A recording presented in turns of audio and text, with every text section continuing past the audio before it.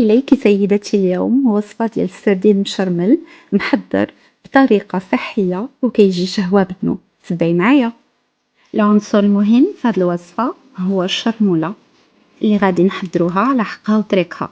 غادي نحتاجو كمية جد محترمة من القزبور والمعدنوس وكتري الثوم. غادي تضيفي العطرية التالية اللي هي شوية ديال الملح، السكينجبير، التحميرة، الكمون، شوية ديال الابزار والخرفوم، واذا حبيتي حتى الهريسة. خلطي الكل وضيفي بعض القطرات من عصير الحامض المنعش وواحد الخويط ديال زيت العود.